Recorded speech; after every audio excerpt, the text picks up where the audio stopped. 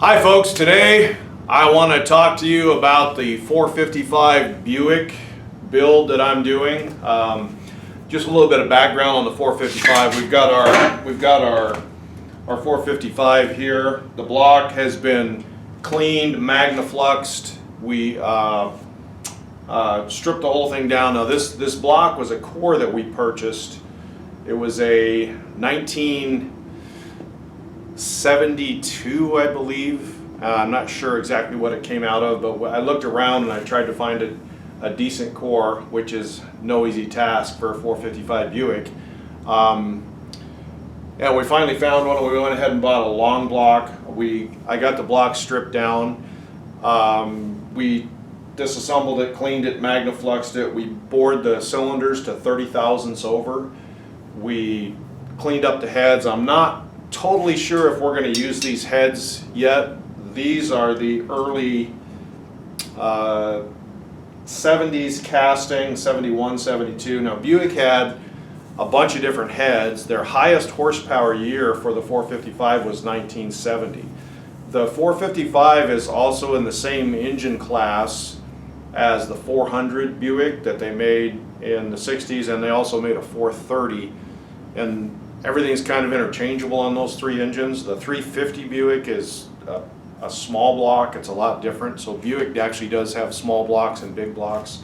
So with the Buick 455, now just in case some of you out there were wondering about this, you need to make sure that you make a distinction between a Buick, an Oldsmobile, a Pontiac, because Pontiac and Oldsmobile both had a 455.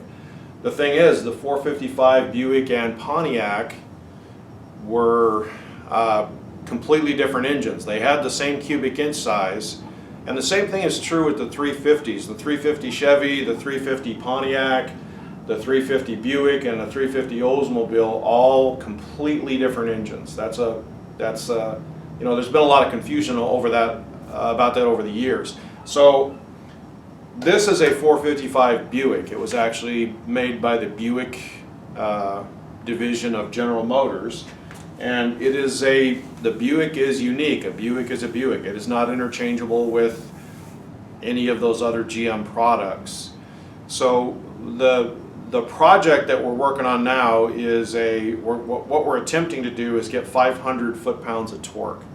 Now, that sounds like a lot of torque, but the reality is that the early Buicks, that's actually very doable from the factory. There were some factory engines that had 500 foot-pounds of torque, and that would have been in 1970. So one of the nice things about the Buick engine is this was what GM called their lightweight casting.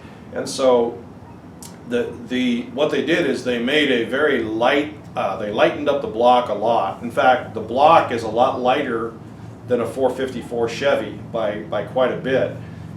It's actually, when the Buick 455 is assembled, it is only 25 pounds heavier than a small block Chevy. So that's pretty impressive for 455 cubic inches. So if you have an engine that weighs about the same as a small block Chevy, and you get 500 foot-pounds of torque out of it, you know, you got something. So they really did a good job lightening up this casting. And so the 455, the first year was 1970, and it went through 1976. Now, unfortunately, in the years following 1970 and 71, they diminished the horsepower and the torque rating due to emission standards and lower octane fuel that was being offered. And every year it progressively got worse until 1976. In 1976, the 455 was pretty pathetic, and it was actually phased out. 1976 was the last year. It just, the low octane ratings and the fuel economy, one of the things that the federal government did in the mid-70s is they really ratcheted up the fuel economy standards for these manufacturers. They had to meet a certain level of fuel economy. And the big blocks, the 455 Oldsmobile Buick, even the 454 Chevy, they were not really very good at, well, they couldn't meet them. They couldn't meet those standards. Now, the 454 Chevy did survive, and the reason it did is because basically it was in trucks. It was a truck motor, and those fuel economy standards did not apply to trucks. Well, unfortunately, Buick doesn't have a truck, nor does Oldsmobile. And so, yeah, it kind of killed the big block era. But we're going to go through and build this thing, and we're going to have a good time doing it. I'm going to walk you through the build of this 455, and hopefully we'll learn something together. I've done a few Buicks in the past, but I'm certainly not I'm certainly not someone who has done a very large amount of Buick engines. I've been doing a lot of research on this engine, and the more research I do on this thing, the cooler it's turning out to be. So the heads that we have we're probably not going to use because they were a lower compression version. Now, one of the things that I did notice about the Buicks is the cylinder heads. A lot of the cylinder heads have really small CC chambers, and if I got on my computer and did my compression ratio calculations, if you use a flat top piston in this engine, it actually comes out with the smaller chamber heads, which was like 1970. It actually comes out to like 12-to-1 compression, and I'm thinking, oh my gosh, that's not going to work for pump gas because this motor needs to be a street car. I did watch a dyno test on YouTube a while back where they had basically a bone stock 455, and it was making 400 horsepower and 500 foot-pounds of torque with exhaust manifolds on it, and basically a quadrajet carburetor. That's pretty impressive, and it was basically stock form. One thing I did notice is all the pistons that I'm looking at is they have a huge dish. When I took this engine apart, the pistons that were in it were stock, of course. They had a huge dish. I mean, it's just like a recessed dish. Well, I'm thinking, man, this thing's got to be super low compression. Well, when I looked at the CCs of the heads that are available, it's like, okay, now I understand why they put that big CC dish in there, because the combustion chambers on the Buick heads, even the 455s, are pretty small. Some guys will use the 400 heads and port them out and put bigger valves in. The stage 1 heads, which was the high performing head that they had in 1970, has much larger valves. They actually had basically the same head with smaller valves for the lower performance engine. So the nice thing is if you find a set of those heads that have the small valves in them, of course, we have a machine shop, we can buy the big valves and install them in the heads, and now you got stage 1 heads, do a little bit of porting. Match porting probably, we're not going to get crazy on this thing. So hopefully this is something that's intriguing you. I haven't done videos for quite a while. I've been out of the loop. I have a new shop, it's a new location. It's a big mess right now. I got to get this place cleaned up. But we're definitely going to go forward with this 455 Buick. We did regrind we're going to use the cast crankshaft because it's a pretty hefty, pretty thick unit. It's right here. So it's got pretty large rods, and it's got really large mains on it, and it's, from everything I've read, it's a pretty thick casting. And this is a cast crank, but you know, these things with cast cranks were making 500 foot-pounds of torque from the factory, and they seem to hold up pretty good. So I think I'm pretty confident with that. We're not going to get real crazy. It's not going to be anything that we're going to race. We're not going to do anything like that. It's just going to be basically it's a restoration project, but the guy obviously wants some power. So hopefully this is intriguing you. So stay tuned. I will keep you updated on this thing.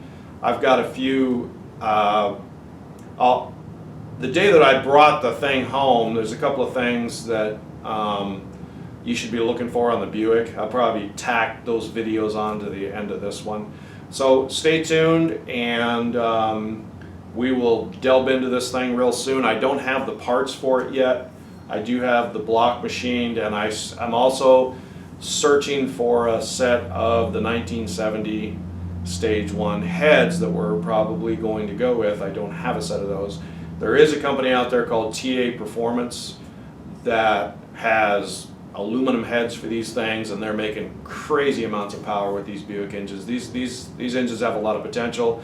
Unfortunately, this customer does not really have the budget to do that. So we're basically, if we get 500 foot-pounds of torque, he's going to be happy. So we're thinking we're just going to replicate that factory stage 1 motor, probably put a better camshaft in it, maybe a set of headers, a better intake, because the factory intake on this thing is, you know, the big old cast iron monster. In fact, that thing is sitting right back here underneath the stock valve covers, and it had a quadrujet on it, obviously. So hopefully this is intriguing you. Don't forget to subscribe below and stay tuned for more. I'll talk to you soon. This is our 455 core that we just picked up. I'm getting ready to put it on the stand. This is an early 70s motor. It was kind of cool because it came with the original exhaust manifolds. I haven't totally decided, well, I should say the customer hasn't totally decided what he's going to do yet as far as running headers or exhaust manifolds, but I picked this one up because everything's there. It's even got the old distributor in it, not that we'll be using that. But the motor does rotate, and it was a running core as far as I know. And so this is going to be our builder, so we'll get this thing out here and start getting it apart. Also, one of the things you want to look at on the Buicks is, the nice thing about them is they actually have the cubic inch on a lot of these right on the motor. So if you look back here, there we go, 455, and it also has the casting number and a date code. The date codes on this one came back to 1972, so we definitely got a 455 here, and got the original intake and everything on it. So yeah, looks like we're in business.